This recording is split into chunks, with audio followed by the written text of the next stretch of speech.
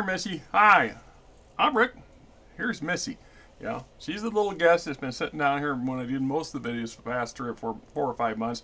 She's been usually down here in the cat carrier. For the last couple of weeks, I've been trying to let her out so she can get used to me being in here, being friendly with people. Yes, she's still too skinny. She's so skinny. When she came to us, she was literally skin and bones. I thought she was, going to starve to death. I mean, I was really worried about her.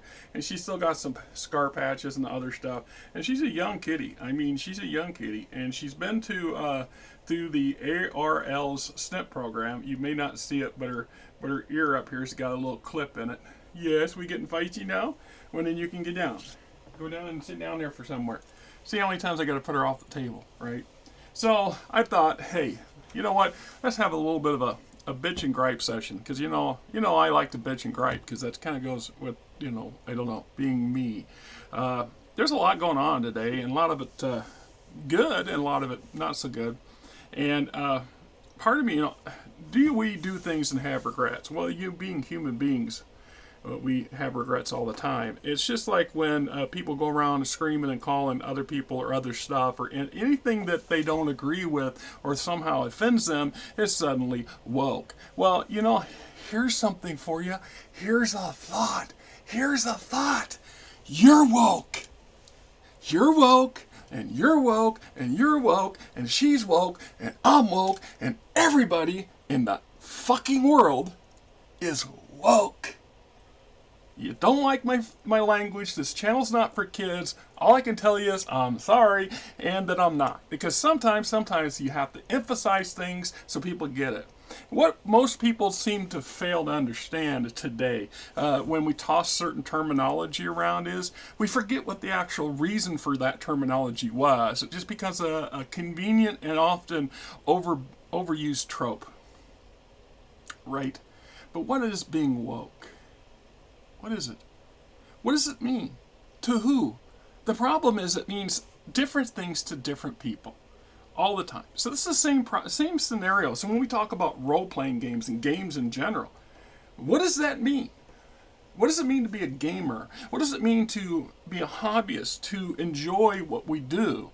What does it mean to spend a lot of time and effort and energy and our mental capacity devoting to these hobbies of ours that we really truly love and enjoy, when we know it flat out that they're fake?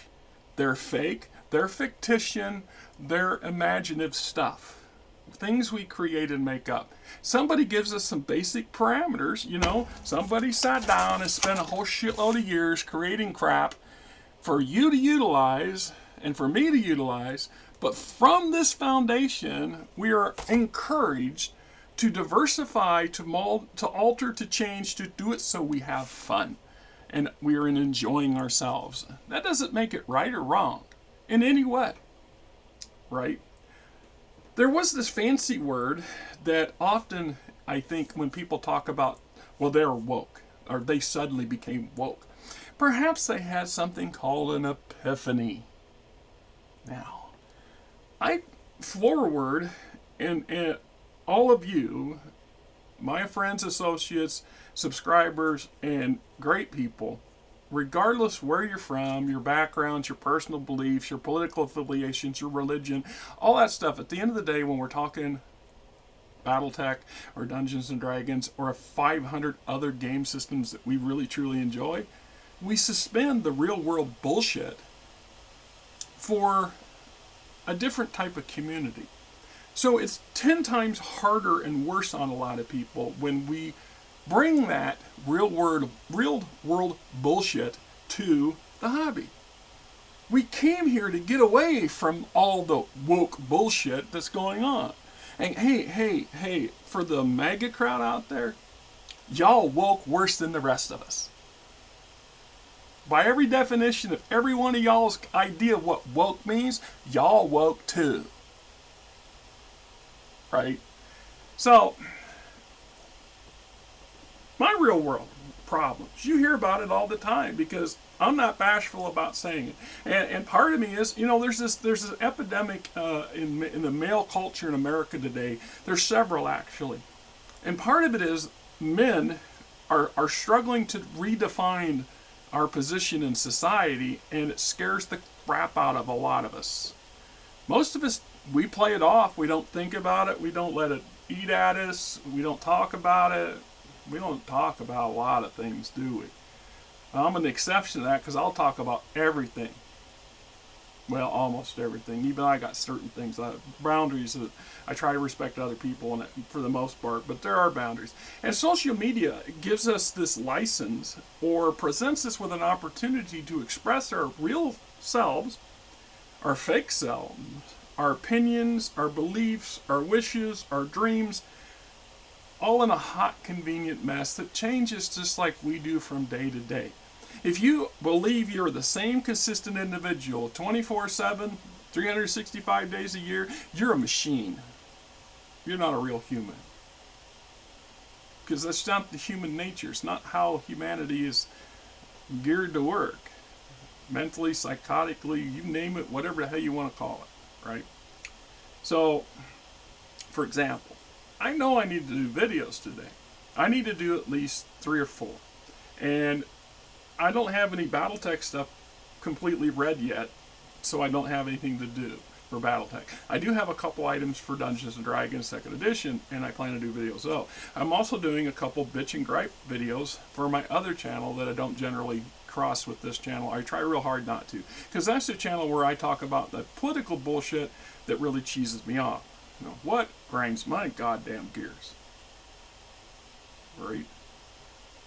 So, and there's a lot, and I don't carry that stuff. I work really, really hard. And if y'all been any members of my channel for any length of time and listen to me just go off on tangents and stuff, you appreciate just how hard I do work to not bring real world drama and crap to our fantasy setting that's our fucking hobby that we all come here to enjoy. Now, I had a video not too long ago about the CGL stuff, and there's a lot of stuff going on there that I don't know about and I'm not involved in because I don't get this. I don't follow the Discord. I've had Discord in the past. My problem is the damn thing hijacks my damn laptop. It comes on and it never shuts off. It's always running in the background. No matter what I do, I'm not smart enough to figure out how to make it stop. So I just completely took it off the computer altogether. My computer is tiny, it's old, it has issues. I can't afford to have yet another massive program just bogging it down all the time and causing problems. Right? And I'm not a computer guy, I'm not a technical wizard, I'm not a programmer, so I don't know, and I'm scared to go in there and start fiddling with things that they're not something I fully understand, and that's just foolish. If you were ever a mechanic or ever tried to be a mechanic and you just went in and somebody that comes in and doesn't know what they're doing and fools around with something, makes things worse than what it would have been if they just taken it somebody who has an idea of what they're doing. You know, that's part of society too. Our society functions today because of specialization. This is what makes our society so big and our economy and the country and the world work. We all have a niche. We all fit in a certain category. We sometimes find them because we're drawn to them. Sometimes we get them because that's the thing we always wanted to do. Sometimes shit happens and this is where you end up. Y'all think that I spent my lifetime dreaming about doing the crap I do for a living? Y'all high. And I want to move to your state because they ain't legalized it here yet. I'm just saying, right? I'll tell you, last week, or previous week, I did 57, almost 58 hours. This finished up yesterday with a 55-hour week. Them are damn good weeks, but to get those, I got to literally kill myself. I worked a 15-hour day Thursday. Now, I compensated by Friday only working 4 hours. I did 3 jobs Friday morning, and I took the rest of the day off, and I took today off. Tomorrow, which I would like to usually do my videos on Sunday morning because it gives me Saturday time to decompress from that brutal week. So tomorrow morning I got to run up to a place called Tone Spices, B&G Foods. Every one of you walk by racks full of their products in your local grocery store. Every restaurant you go to and you eat food at, good bet is they have some of their products somewhere in the mix. Whether it's in the stuff they're making or the stuff that they buy that's pre-made somewhere else. Tones is a massive, massive spice manufacturer on a scale of McCormick. They bought up, and now they're called B&G Foods, whatever. Anyway, they got a big operation, their main operation up here in Ankeny, Iowa. They have a crappy little grease trap, and it only has water in it. They don't have their cafeteria running. They don't run the kitchens anymore. All the test kitchens are closed up. They all go somewhere else. They got another place for them now. So every 3 months, I go up and I pop the thing and pump out the water, because regulations in the region says this has to be done. And they need to have proof that it was done, and it has to be done by an accredited waste disposal company. Hence, people like me.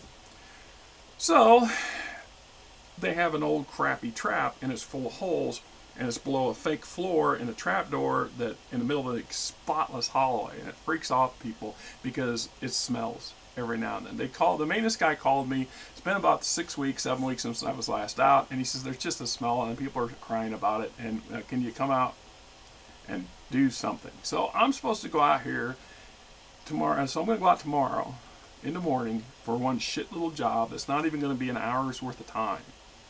I'll bet you can bet your ass I'm billing my boss for 2, because I don't do nothing for an hour. Nobody should have to get out of your home, get dressed, go to work for 1 damn hour, and then go home. That's bullshit. But sometimes that's how it has to play out in this case. Society, the customer being Tones, i.e. B&G Foods, prefers only be done on Sunday mornings because the least amount of people are present in the building. You know, because they're sensitive to their people's noses. They don't want to hear the bitching, whatever. So I have to sacrifice, or another waste hauler would have to do this. Come out on my damn day off to do this. Well, it makes it more fun is that I'm also going out Sunday evening. And I had one job planned that would have been about a 9-hour job, but then shit happens. Things change. So now I've got 2 damn customers that I've been putting off for months because these people don't pay their fucking bill. They just don't like to pay their bill. They bounce checks. They give bad credit cards. It took us 9 months to get paid the last time we did them. Now, why do you think they haven't gone to a competitor? I've been dicking around with them long enough to make them want to go somewhere else. And so far they ain't. What do you think of that? What do you think of that? Meanwhile, make the argument with my boss. Why do you even want to do business with these people? These people are going to screw us over, and you're going to spend the next how many months chasing these people down to get cash to the tune of about $700, because between the 2 places, that's what it's going to about run. Because I ain't playing with them neither. I'm raising their damn rates because they're making my life harder and a pain in the ass. Yet, here I am going out Sunday night because I promised my boss I will finally go do it. And Kay, our business manager office account, the lady runs is basically the office. She didn't want me to do it at all, and like I told my boss, I'm not trying to cheese off Kay or Janice, your wife, because they're the ones that have to chase these clowns down to get the money, and they get sick of it. Well, I'll go collect, which is just as bad because he doesn't like collecting either, and he'll screw around for months too before he'll finally get himself to go do it, hoping the other guy would pay up. Okay, is that woke? Is it? Or is that just bullshit part of bullshit life? Now ask me this, would you prefer to me do videos all day long on Battletech, mostly me complaining about shit like that? So a lot of the comments and drama and crap that's broken out over the Catalyst thing, come on, man. Come on, guys. Seriously, guys, gals, whatevers, come on. Really? Is that what you want your game world to be? Okay, so the damn company issued basically a vanilla statement that every company in the world produces and puts out to cover their own bases, asking for some moderation in how people talk and what they talk about in certain things. And it's on their platforms. That's the key here. They own the platform. If you don't like what they say on their platforms, don't be involved in their platform. Doesn't mean you have to burn the bridge too. That's kind of stupid, don't you? Meanwhile, let's be truthful. Y'all lying. Y'all lying. People say I'm the ones that went out and said I'm done with the Catalyst. I'm done with Dungeons and Dragons. We're coming up on that. That's next. This is a rant. Remember, we come up to that one next. I'm done. Really, really. Let me know you really are, because I'll send you a post office box, and you can pack all your game shit up and send it to me. You're done. Remember, you don't want nothing to do with BattleTech no more. No more Catalyst. So give up your stuff. The tens of dollars, the hundreds of dollars, the thousands of dollars of stuff you've accumulated over the years, all that's just because somebody in a company office somewhere did something that effed you over or pissed you off or cheesed you. So how is acting like a petulant child any better than what you say that they are doing or not doing? Like I said, I've only read bits and pieces of the stuff, and I've only read part of what the Catalyst statement that went out, and from what I could read of, it's like, and just another damn day in the office. You don't want me talking about blood, guts, and Hoss on BattleTech sponsored or Catalyst sponsored website? Well, what's wrong with that? Why would you want to bring that real world crap to our table? Why would you bring that to our table? Why would you want it at your table? Why would you want it at your table? When you sit down with your friends and your associates at your gaming table to have your weekly or monthly or whatever session, do you like having half of your evening just running around social and political and whatever drama that has no bearing on the game at all? We all came to play and enjoy ourselves and to immerse ourselves and escape for a day or for a few hours or 15 minutes, whatever. So I'm sorry for those people. So let's look at Wizards of the Coast. For you non-fantasy role-playing game folks, the people who don't play that stuff or stick your noses up at it because you want to talk about a bunch of rope bullshit BS, I hear that all the time. I wouldn't play that. Well, I like so I don't like playing fantasy football. We do fantasy football all the time. Really? I like this. Oh, that's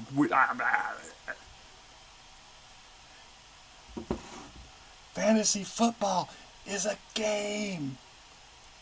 It's fake. Call of Duty is a game. It's fake. But it's based off of real world shit. So people can relate to it real well. But it doesn't change the fact it's fantasy bullshit. And a woke one at that. Depending on whose definition is who's deciding which term to use and toss around. But when we talk about waking up and realizing shit ain't right, something's wrong, maybe things aren't quite as kosher as it is, we all do this. I got immune to listening to a lot of bullshit, people crying and crying and crying. So we talk about this Biden border crisis that goes on. Everybody talk about Biden's border crossing. Well, like I said, I'm a bit of a student of history. And I'm one of these people who go, why, what, and how? I'd like to know the why, the what, and the how. Not just the that they want to do. That's all it is shock and pissing. We're trying to scare people or get people's attention. So here's the problem. We get immune to this. It's like the offices, the signs at work. Most of us have jobs. Most of y'all go to places and your employers will put up signs all over the damn place. Do you read every one of them? Do you read them and then forget about them? I joke about that when the boss's wife or somebody wants to put a sign up on the door. I'm like, nobody reads these. It's just one more on 15 or 20 more that have been on the walls for years and nobody pays attention to them. We don't pay attention to them until we suddenly have to pay attention to them, right? So it's one of those, why are we do this bullshit all the time? So look at Wizards of the Coast. Wizards of the Coast, the Dungeons and Dragons franchise, is in a horrible hot mess right now. There's a huge lot of bullshit going on. It started last year when they started screwing with the open license rules. That they had some pretty lenient open license rules, and which allowed a lot of people to make a lot of Dungeons and Dragons friendly products, and financially benefit off of it. Then at one point, the corporate people who run Hasbro stood up and go, how much money are we losing because these people are these rival? They're all rival companies to you now. They're making products that support your, the BattleTech platform, but we're not getting paid. We can't have that. So they started mucking with the rules, and it set off a shitstorm and a firestorm. And in a lot of ways, rightly so. The fan base have had a certain way of things for so long that to have that kind of a radical change to try to tighten things up, to try to rein things in, to somehow capitalize on a lot of missing revenue they're missing out on, it really cheesed a lot of people off. Then they come back around. See, you gotta love Wizards of the Coast because they just kept right on rolling. They come right around with this one D&D thing. Now, if you don't know what that is, that's fine because I've never played it. But it's supposed to be the most uber complex video game ever created. Ideally, it is your role-playing game on the computer, and that's what they're shooting for. So they bought out D&D Beyond, which is why I stopped running my little games on D&D Beyond, because I stopped subscribing to it.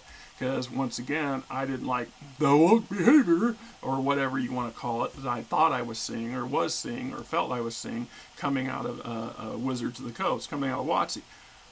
My big complaint was, it became clear to me pretty early on that WotC, Wizards of the Coast, had plans to basically do away with the pen and paper version of the game.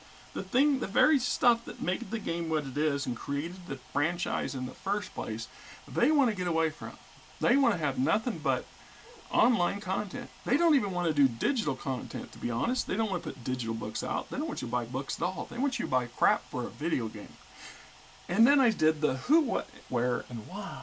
Who, what, and why. So, in the top-notch people at WotC are a couple people who spent their lifetime in the video game industry in management, corporate management folks. They have no idea what the hell pen and paper games are. They probably never sat down and actually played one of the products in their life. And most of them stick their noses up at it. And that's true, because they say it. You go and look at their stuff and some of their comments and things, it's clean as clear as day. They woke. Damn WotC people, they woke over there, Dungeons and Dragons. Bleh! Right? You see how retarded that sounds, people? Really? Really? Seriously? That's the crap you want to, okay. Whatever, the sad part is 10 years, most of y'all won't even know what the hell that is. Dude. Anybody from the 80s? Hey, dude. Hey, dude, the car's over there. Anybody from the 80s remember that? Anybody, since the 2000s know what the hell I'm talking about? Outside of a couple old movies now? Right. You don't get it, I ain't gonna explain it to you. So, you get a bunch of these corporate, profit-driven people whose main goal is to make sure that whatever we run makes the damn money. Which is, you can't have a company not make money. I mean, I sit there are days and I have access to my the company's office, and I see how things operate and run, and I'm just, oh my God. How the hell does these people stay in business for 40 years with the way they have no business model at all? It's kind of this thing that's just built up over the decades, but there are months where the company breaks even, then there are months that we lose money, and then there are money, so I call it feast and famine. So like right now, I'm in a couple weeks of feasting because I had a couple weeks of famine between the weather and the truck, and then here we are coming up on another week and things are slowing down again, at least for this next week, and I'm finally getting everybody caught up. This is why I put in around 18-hour day last week and almost a 16-hour day Thursday. To try to catch up as much as I can. So the downside, of course, is for me, and you hear me gripe about it, is if you've ever done a split shift, if you ever worked a job where you split your shift, the whole day's shot. So I can go down and work 4 or 5, 6 hours during the morning, come home around 1 or 2 o'clock, and then get some lunch, sit down, maybe even take a nap, and then go back out at 6 or 7 o'clock in the evening and work till midnight or 1 in the morning. Day after day. I have entire weeks that it will play out that way, because my clients, the customers only want turns certain times and certain times, and most of them it's not in the middle of the day. So you can't just have a normal day. Now, every now and then, I break the rules, because I made that caveat to all of them a long time ago. It says it right on their invoices and their work orders. Schedule subject to change. So, I went to a couple places yesterday much sooner than they would have preferred me to show up.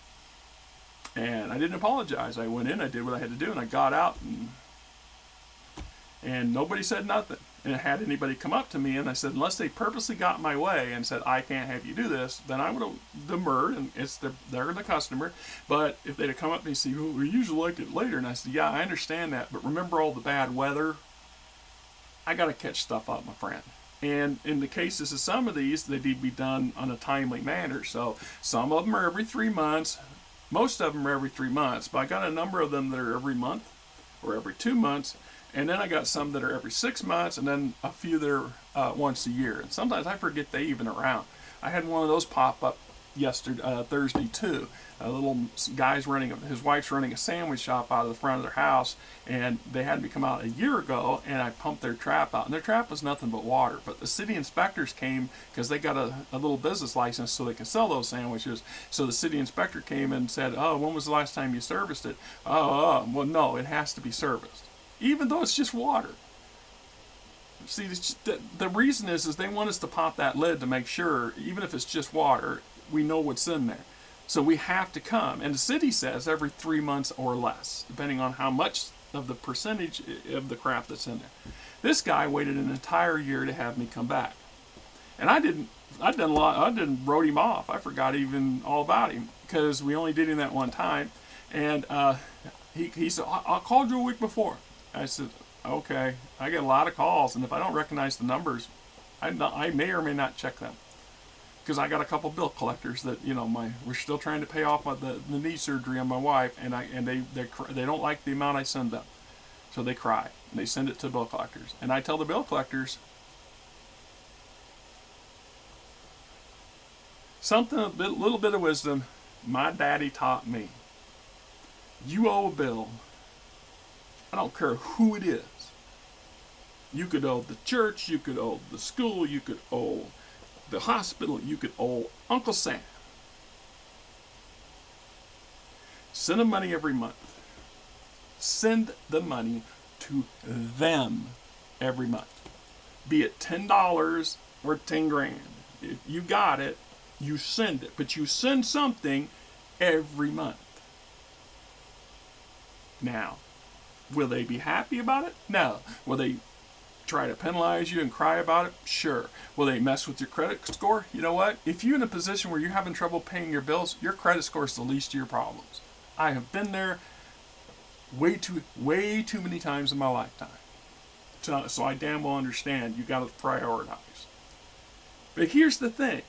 They sell your paper off to a third party who's trying to collect, and they sold it for pennies on the dollar. So the company that you owed the money to, like let's say in my case, I owe it to the Des Moines Orthopedic Surgeons Board, DMOS, right? Well, they didn't like that I wasn't paying the $700 right off the bat, and I don't give them $100 a month because I don't have $100 to give them a month. So when I'm giving them $25 a month, yes, it's going to take a little while. It'll take a couple of years to pay the damn thing off, but it will get paid. Well, they don't like that. And when they, the penalties, the threats, all that stuff fell on deaf ears, then they sold the paperwork. But guess what? I have yet to have them return a check. That $25 we send to them every month seems to go to that bill. It's getting paid off, and it's getting paid to the people who I owe it to, and not some third party who's just trying to cash in on somebody else's bad fortune. It took me a long time to understand what my dad was getting at. So when you look at people like the top leadership of WotC, whose sole goal is to turn this thing into a freaking video game, and why is that? Because they understand that there's so much possible cash to be made because they can sell you all the bells and whistles for the internet. then, of course, everything is then dependent on it being acceptable for the version of the game they're playing. So you don't think at some point the head people at WotC will go, okay, it's time to ramp up and say, bring in edition 1.5 of 1D&D. What does that mean? Well, it means a lot of the stuff, the old stuff won't work in the new stuff. So you'll have to go buy it all over again.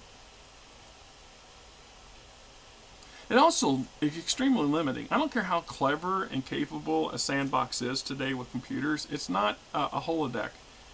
It's not a holodeck of the mind. So the theater of the mind is the concept. I understand the theater of the mind. The thing that brings most of us to the table in the first place is this immersion, and some of it is much deeper and much richer than others, and for some of us it's always the same. So, I mean, it's a matter of how you look at it, right? But you change the alter. That's what they're doing. They want to completely alter things for gain and money. And then it doesn't end there. They cost them a lot of fans. A lot of people quit. A bunch of people said, you know, I'm done buying your products. And truth is, I've been kind of done buying Dungeons & Dragons, Wizards of the Coast products for a while. I bought some 5th edition core books because I needed them because the idiots I was playing, the unenlightened, less, far more rigid than they like to pretend, woke people on D&D Beyond was crying that, well, I play 5th edition, and I wanted to play 3.5 because I got a pile of it and I own it. So I had to go buy 5th edition. I got the DM guide and the player manual and the monster manual and a couple other things. But and I'm like, ain't nothing in here. I ain't got it ready. Sorry. Yeah, it's got some nice artwork, much nicer artwork, and maybe a better layout than anything I got. But at the end of the day, ain't nothing in this latest version I ain't got somewhere. Do I really need to buy all that crap? Well, except to appease a couple people that were crying about it. So at this point, if Wizards of the Coast craps and Dungeons and Dragons dies, it'll be a sad end to a long legacy, but it won't affect me none. Because, like I've said in a couple other videos, you can't take my games from me. I own them. They're mine. And you no longer, as a corporate entity, have any control or say whatsoever of what I do with them. As long as I don't put them out there and try to make money off of them. Am I wrong? Or am I being woke? See how that woke crap starts to get at you after a while? It gets in your head and F's with your head. It also makes a lot of other people annoyed as hell. Because it makes these people look like immature morons. Really? Sad part is they are immature, and most of them are morons. Most of the mega base. I'm in Iowa, my friend. I am literally swimming in a sea of these folks. Family, friends. Devout Christians who wasn't all that long ago talked about how Jesus loved everyone of all colors, creeds, no exceptions. Jesus is woke now. He's woke. How?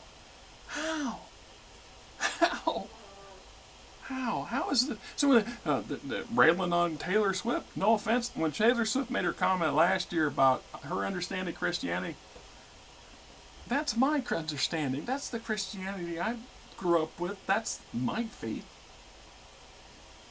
Try to do right by yourself and everyone else. Do the right thing as much as you can, as often as you can. Acknowledge we're human beings and we're flawed. Shit happens. And sometimes people do things we don't like. Sometimes things change. Well, I'll give you a good one. This will kind of show you how old I am, or how old I'm getting, right? Y'all remember 16-ounce bottles of pop?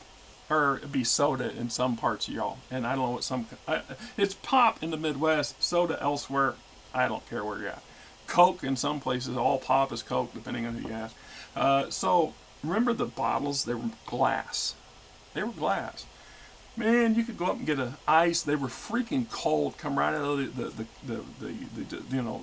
vending machine, just cold as all get out. And they were fragile. You drop one, you drop an 8-pack, or you get the 8-pack and the bottom breaks out of it. Oh, you just cheesed off. Man, there was some eras of my life. I had relatives that buy well, it was a Pepsi family. They buy Pepsi by the case. and an aunt and uncle that went out in their garage in one year, and they had over 800 cases of empties because they went and rented a U-Haul van to go cash them all in one day. They just decided to cash them all in. They used that money for part of a vacation. I'm just, right? So when the bottles in Iowa was one of the last states where they were still producing Pepsi products in bottles up into the mid 90s, early 90s.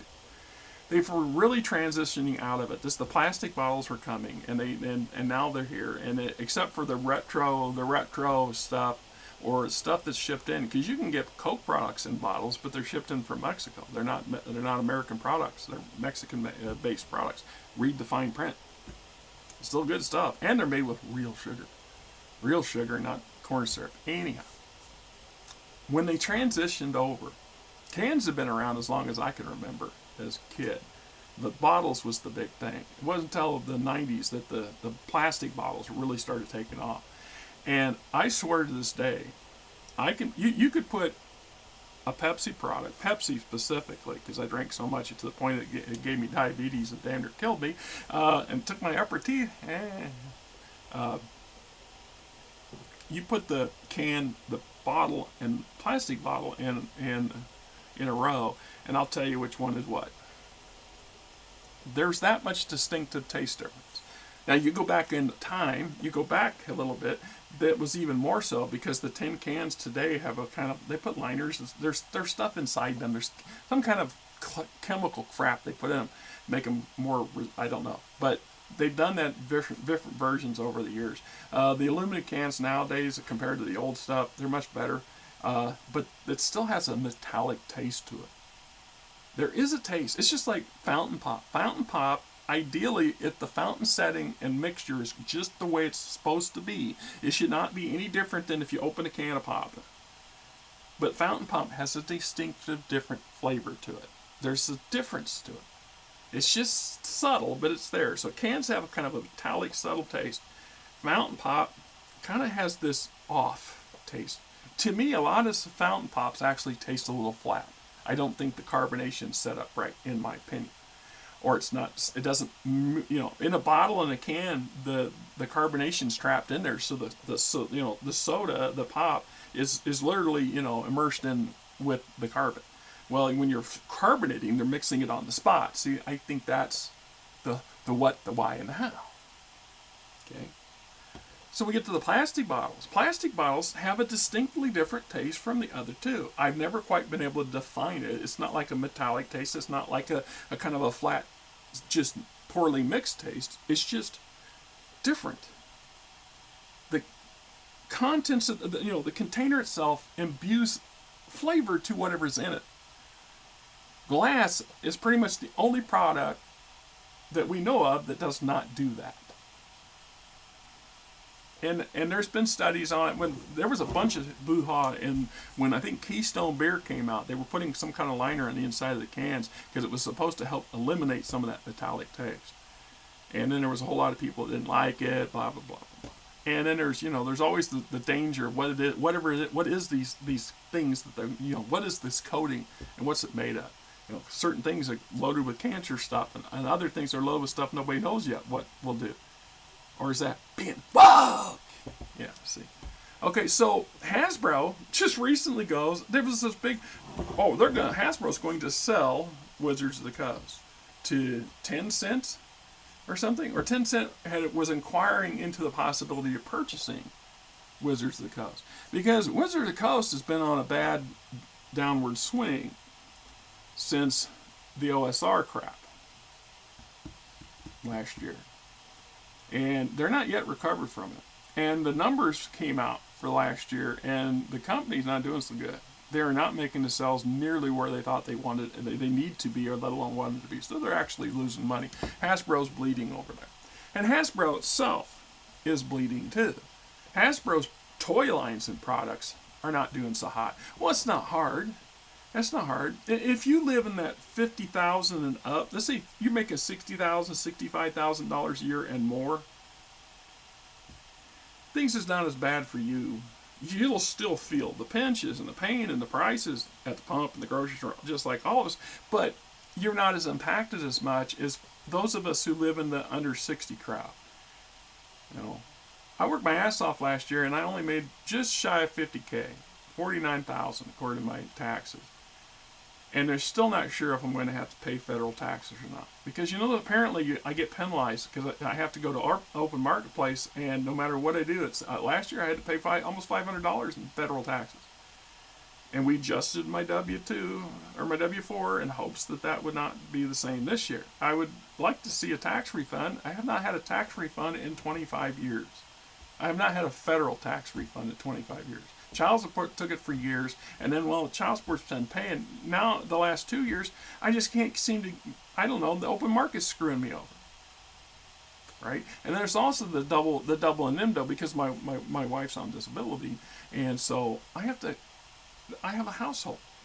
So when I file taxes, I have to file as a household because I have to include her income, even though it shouldn't be considered. It's unfair. So I'm being penalized, and some of that tax refund that I might have got, Uncle Sam's keeping because of some technicality. Well, the lady who's doing my taxes this year is trying to figure out why.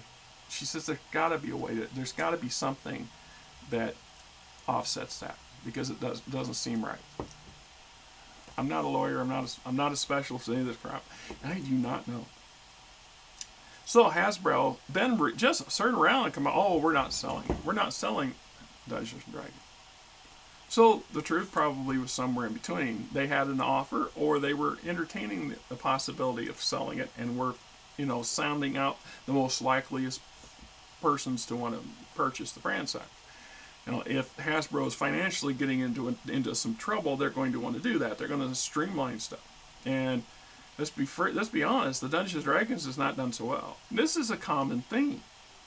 If you're if you've got any familiarity of the game industry, or you were older like me and been around when all this went down, but TSR went through all this bullshit too. And this is one of the reasons Gary Gygax, the co-founder of the Dungeons and Dragons, was basically eased out of the company altogether through technicalities and family bullshit and other things, and a bunch of bad decisions on his part too. Just because you make a great game doesn't make you a good business person. See, there's the problem. So a whole lot of good business people couldn't make a game to save their souls. This is where we get to that, where we need that community thing where everybody's all parts and part. Yeah. I'd hate to see that with Catalyst. For the first time in a long time, BattleTech is seeing a healthy forward momentum. It's not a slow pace like it was in the past, or a lurching stumble like it had also been at times. It's progressing. It's grown. More players are playing. The product's selling. They're selling more product.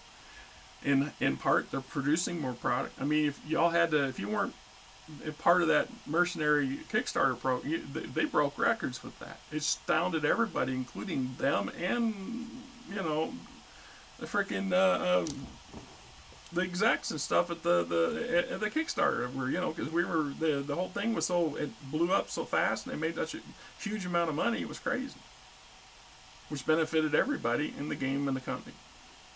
So is that wrong? The company's going to make money off it. I mean, everybody working for the company getting paid, and more product to come. Isn't that what we want at the end of the day? They got to tweak their in-house rules or put certain requirements, as long as they don't become insane or too terrible. I mean, you don't have to go far to look at other game companies that are having a lot of problems, in part because of themselves. So to date, I think Catalyst as a whole have been doing truly good, and the BattleTech franchise real well. And I'm hearing Shadowrun's doing good. I mean, I haven't followed recently anything for Shadowrun, even though at some point I will get to reviewing the large collection of Shadowrun that I have. I love that game. It's just one of those games I can rarely ever get anybody to play. I just didn't work and didn't have the right circles. And nowadays, well, there's, like I said, there's this, I don't know, a lot of men today we don't have friends like we used to. If y'all have good friends, you best value them well. I have tried hard as best I can. and I don't have regular exposure to the kind of people I would like to have as friends. Because there's friends and there's friends. I want to be friends with people who love what I do or enjoy what I do, so we can share common interests.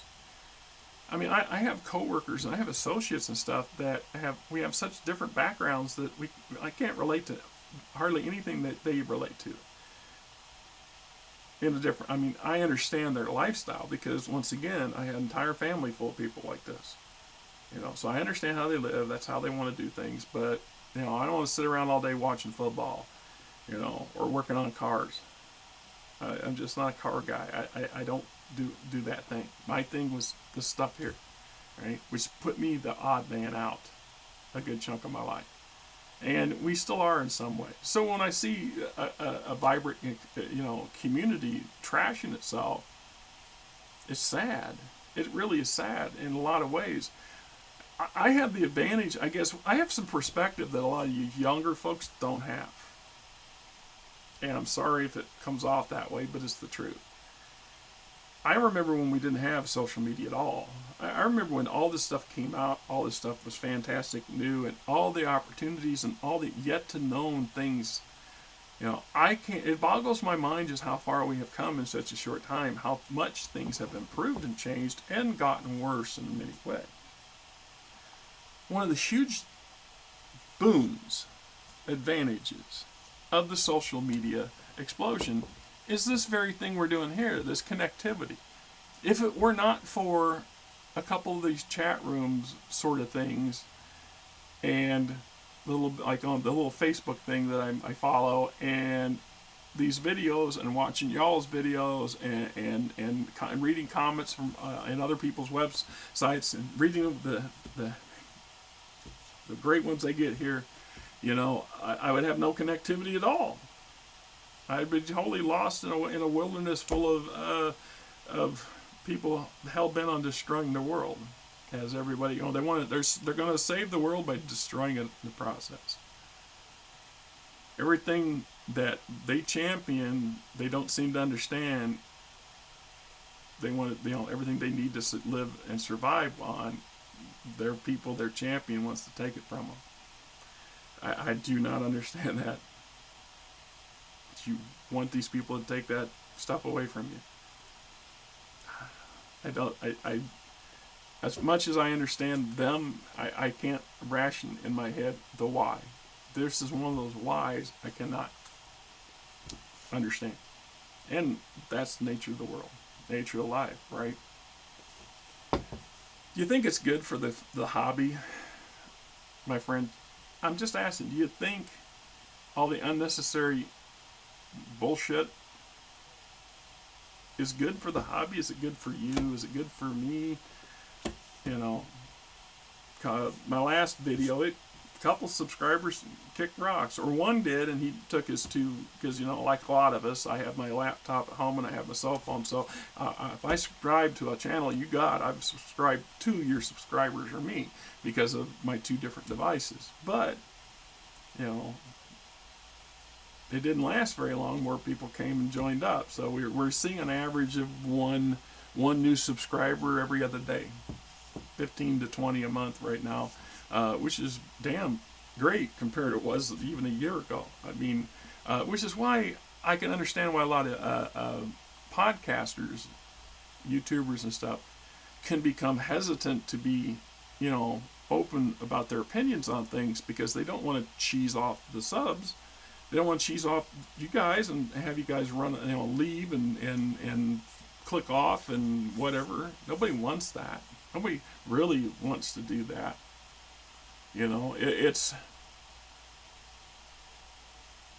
Sometimes there's no way to get through some of these situations. When they crop up, all you can do is weather the bullshit, make a choice. It's sad when some of those choices include a whole lot of verbiage, a whole lot of angry verbiage directed at anybody and everybody, and a lot of empty threats and what ifs that'll never be substantiated. And then when we feel like we've been wronged and we feel like we're being put upon, things become even much more enhanced in our vision. Things will be magnified. if you want to look at it that way, right? You know, is what it is. Ain't what it ain't. So I'm me, you're you. Little Missy sitting back here in the corner staring at us.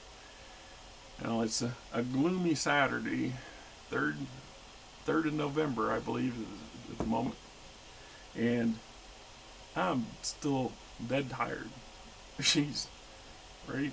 And I'm thinking to sign off and go do another video so I can have a rant on my other channel, and then call it quits for the day. Because like I said, I was going to do a couple things, but some things take a little bit more cerebral preparation. And so anything I do for my Stellar Frontiers, that's not something I just sit down and fire it off from my butt. I actually sit down and do some prep work in advance. And some things take more prep work than others.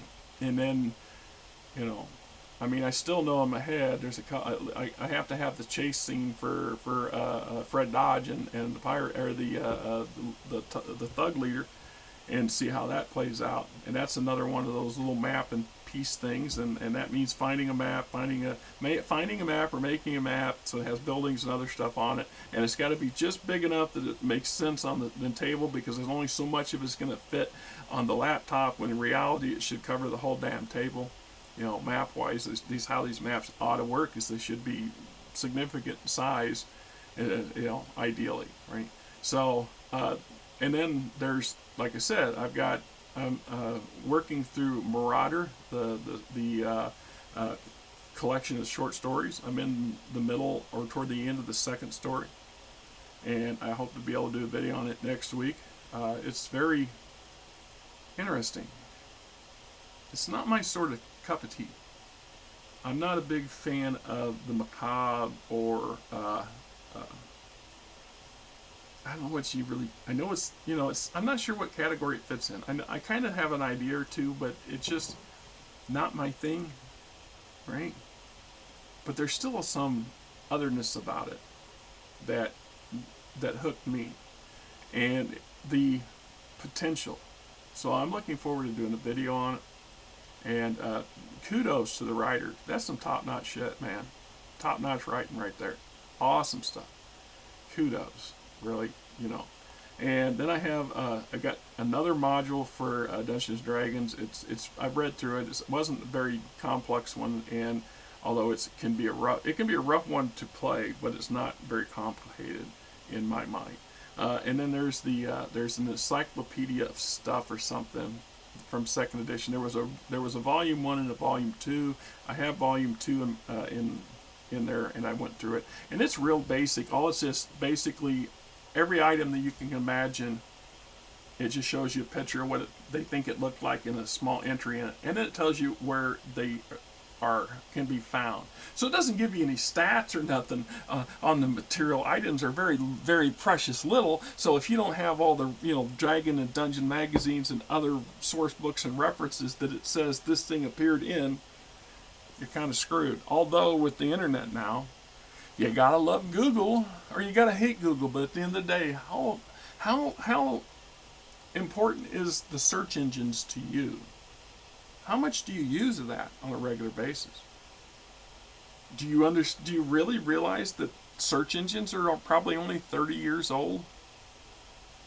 Most of us existed before they did. And who knows what the next generation of AI crap can produce.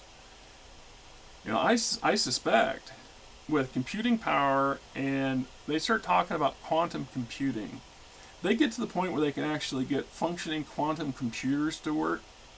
You are literally one step away from the holodeck. The only thing lacking at that point, that you would have the computer power and the creativity power to have an active holodeck version of a video game where you physically are in it and doing the game, just like Star Trek. The only thing would be missing would be the imaging technology and the teleporter the damn synthesizer, because those are the two things the three things that make the holodecks work the best, or work right, because you can physically hold things and they have substance. If something hits you, you feel that you got hit. physically. They're not something you can see through or see around the edges of, and they're something you can't, you don't have to be wearing other stuff to give you the impression you're touching something. Well, that was from another layer of technology we have yet to come close to developing. But part of that is in its infancy, and has been. 3D printing is the infancy of replicators. So, looking at everything we know from what we knew when I was younger, how fast things progress, how long before these nifty little, I'm watching Jody, anyway, it's on Facebook. He's a big gamer guy over there, does a number of different channels, and there's a Battletech channel for him that we all belong to. And he recently, for Christmas, he got a 3D printer for his home. And he's printing some really top-notch stuff, and he's showing them and stuff. And it was when I was watching one of those videos, and that's when some of the comments that people were going off about Catalyst kind of kicked in. And I got thinking about it, and I said, you know what? Okay, now I understand. Catalyst has to make a profit, and they spend a lot of effort and time to produce their miniatures. Or they license those miniatures to another company who pays them a royalty, so they make money. So things like these 3D printers, which are grand, this is the same problem that GW has with people and using 3D printers to create their stuff. It's plagiarizing. It's illegal. And if you make it and try to profit off it, it's doubly illegal. It's why the whole point of having the franchise and the license rights to produce the product. So when you produce it for your own market, i.e. yourself, that's a bit of a gray area. Because we're back in that, look, I bought the game. I own the game. You might have produced the game. You might have sold. So if I ever manage to get this thing on the market, once you buy it, I can't tell you how to play it. I can't tell you what to do with it. I can't tell you. If you ask questions, I can give you advice on how I think you should, or how I would do something. This is how I would approach it. If I was this, I would do this. But I can't tell you to never play it again. You send that back to me, or you throw it away, or you destroy it. You will no longer play. You can't do that. So neither can they. Catalyst cannot tell you to stop producing your own plastic minis. But they can ask you to not talk about selling them and or promoting them, i.e. talking about making them on their platform. Because what you're doing is taking money from them. You're taking money out of their mouth. The money they need to help make more product. The same very product that supports the hobby and the franchise you love, they need to make. And they need to make a profit. It's a kind of a damned if you do situation for everybody. Right? So Jody's making his stuff, and he's loving it. I don't know how much it costs to make the material. I mean, I know he's got some kind of plastic thing that goes in this damn printer, and that costs money. I mean, depends. I got to see, when I went to college in 2001, we went to took a field trip to someplace up in northern Iowa where we were showed the latest, at that time, cutting edge commercial 3D printer for rendering, and it was something else.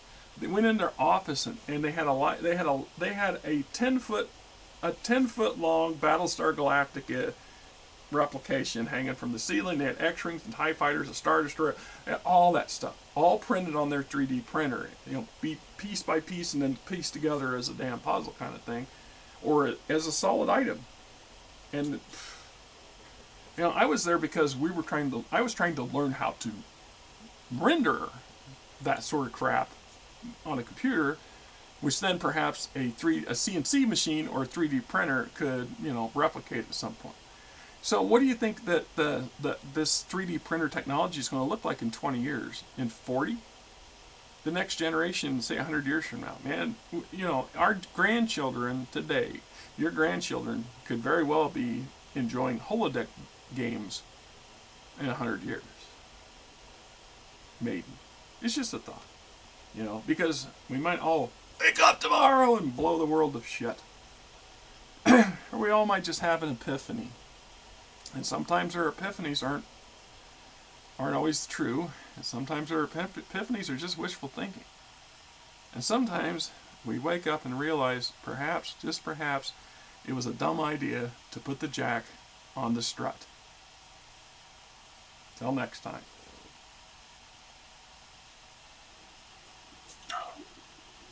It just irritates me to no end.